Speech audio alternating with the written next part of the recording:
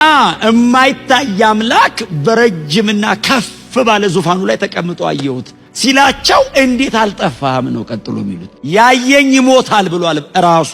የማይታይ አምላክ የሚል ትምህርት የጀመረው ኢሳይያስ አይደለም፣ ሙሴም አይደለም፣ ራሱ ባለቤቱ እግዚአብሔር ነው። ልህ አሉት አባቶቻችን። አታዩኝም? ሙሴ ነው ታላየው አለው። አታየኝም አለ። እንደው ባይህ አለው ትሞታለህ። ንጉሥ ዖዝያን በሞተበት በዚያው ዓመት አለ እሺ እግዚአብሔርን በረጅምና ከፍ ባለ ዙፋኑ ላይ ተቀምጦ አየሁ አለና የልብሱ ዘርፍ አለ የቤተ መቅደሱን መድረክ በሙሉ ሞልቶት ነበር፣ ምንም ስፔስ የለም አለ። ስለዚህ ኢሳይያስ በትክክል ያየውን ሲናገር ቤተ መቅደሱን የልብሱ ዘርፍ ሞልቶታል አለና ከበስተላዩ በኩል አለ እግዚአብሔር በስተላይ በኩል የለውም። የኢሳይያስ አንግል ነው እሱ፣ መሬት ነው፣ እግዚአብሔር ሰማይ ነው። ከታች ወደ ላይ ነው እያየ ያለው፣ ወደ ጎን አይታይም፣ ሩቅ ነው እግዚአብሔር። ከላዩ በኩል ሱራፌሎች አሉ አለ። ሱራፌሎቹን ሳያቸው እኔ እንደማየው አያዩትም አለ።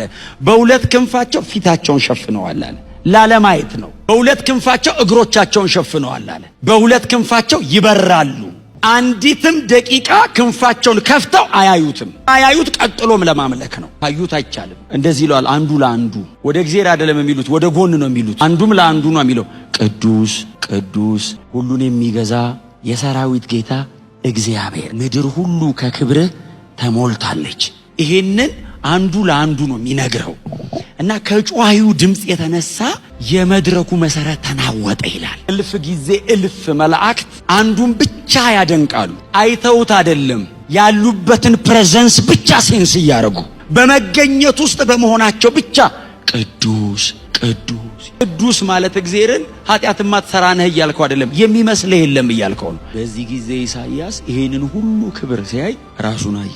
እኔ አለ አንደበቴ የረከሰ አንደበቱ በረከሰበት ሕዝብ መካከል የምኖር ነኝና ዓይኖቼ የሰራዊት ጌታ ቅዱስ እግዚአብሔርን አይተዋልና ወየው ጠፋሁ፣ ወየው ጠፋሁ። ሊታይ አይችልም፣ በክብር የተንቆጠቆጠ ነው።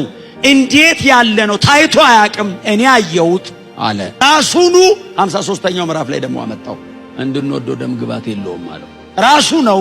እጅግ በጣም መጠን በሌለው ውርደት ያኛውን በከበረበት ማየት አይቻልም። ይሄኛው ደግሞ ከውርደቱ የተነሳ ለማየት አይፈለግም። እነሱ የሚጠብቁት ሰረገላ ላይ ተቀምጦ ከበሮ እያስመታ መለከት እያስነፋ የሚመጣ የጦር መሪ ነው። ኢሳይያስ አሁን እኔ ማቀርበው ያለ መጠን የተዋረደ ነው። ከናንተ መካከል እሱ የሚሆነውን አንዷን ለመሆን ፈቃደኛ የሚሆን የሌለ የክብር ጥግ ብቻ ሳይሆን በሰው ደረጃ የመዋረድም መጨረሻ። ከሱ በፊት እንደዛ የተዋረደ ብቻ አይደለም፣ ከሱም በኋላ እንደዛ የሚዋረድ የለም። የተናቀ ነው አለው። የተናቀ ማለት እኮ አንፌቨርድ ነው። እያወራ ወሬ አታስጨርሰው። እንደዚህ እያወራልህ ትተው ትሄዳለህ። የተናቀ ነው። ከሰው መሃል የተናቀ ነው። በእጁ አብኩቶ ሰርቶ በእኔ ፊት ፌቨር ሲያጣ ወንጌል ይሄ ነው። እርግጠኛው ነው። ስለተሰቀለውና ስለተሰቃየው እያወራን የከበረውን አገኘዋል።